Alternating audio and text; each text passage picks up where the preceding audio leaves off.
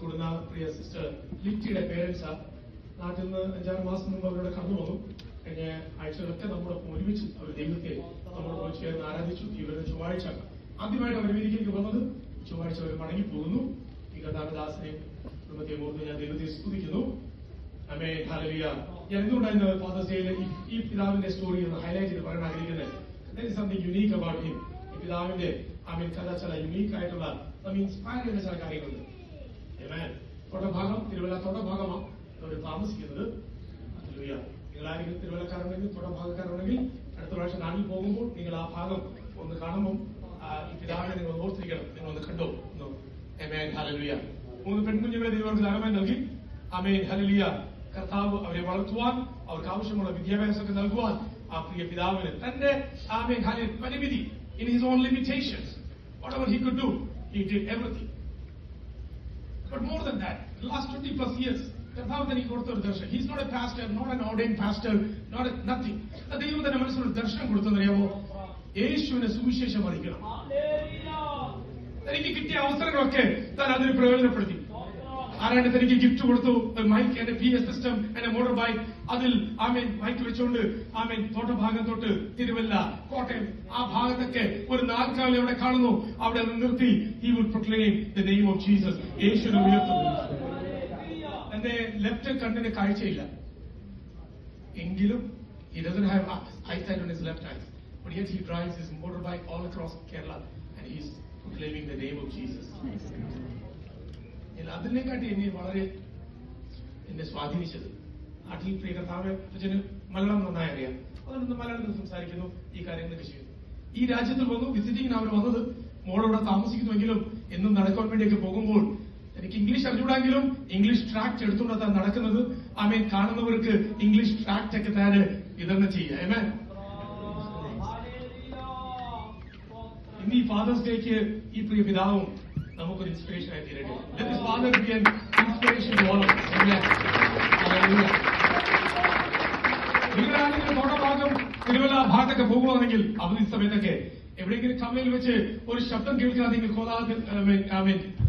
Amplifier mic നിങ്ങൾ നോക്കണം. ഈ അപ്പച്ചനാ നിങ്ങൾ ഓടിച്ചിരുന്ന് വണ്ടി ഒന്ന് നിർത്തി ഒന്ന് പോയി കൈയൊക്കെ കൊടുത്ത് നമ്മൾ മെട്രോ ചർച്ചിൽ വെച്ച് ഒന്ന് കണ്ടിരുന്നു എന്തെങ്കിലും നിങ്ങൾ ഒന്ന് പറയണം. ഹല്ലേലൂയ. ആമേൻ.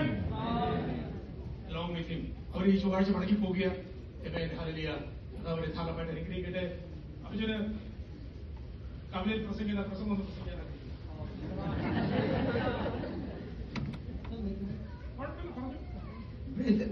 അത്യുന്നതങ്ങളിൽ ദൈവത്തിന് മഹത്വം, ഭൂമിയിൽ ദൈവ പ്രസാദമുള്ളവർക്ക് സമാധാനം.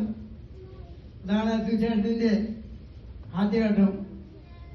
ആദ്യം ഞാൻ സുവിശേഷം പറഞ്ഞ വെള്ളത്തിലാണ്, ആറ്റിനകത്താണ്. അടുത്ത വെള്ളത്തിൽ പോയി നിന്ന് പാട്ടുപാടി സുവിശേഷം അറിയിക്കുമായിരുന്നു. പിന്നെ ആറ്റിടിയിൽ ആറ്റിൻകരയുള്ള വൃക്ഷത്തിന്റെ മുകളിൽ കയറിയിരുന്ന് വിളിച്ചു പറയുമ്പോൾ ആ ഇരുകരയുള്ള ആൾക്കാർ ശ്രദ്ധിക്കും.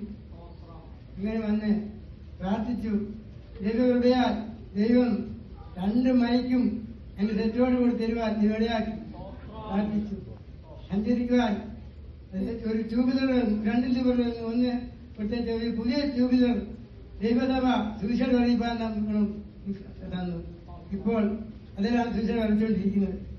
ദൈവത്തിന്റെ ഉപകാരങ്ങൾ, ദൈവത്തിന്റെ നന്മകൾ ഇന്നലെ പണ്ട് വായിച്ചപ്പോൾ 103-ാം സങ്കീർത്തനത്തിന്റെ 1-2-3 വാക്യം, എൻ മനമേ യഹോവയെ വാഴ്ത്തുക, എന്റെ സർവ്വ അന്തരംഗമേ നാമത്തെ വാഴ്ത്തുക.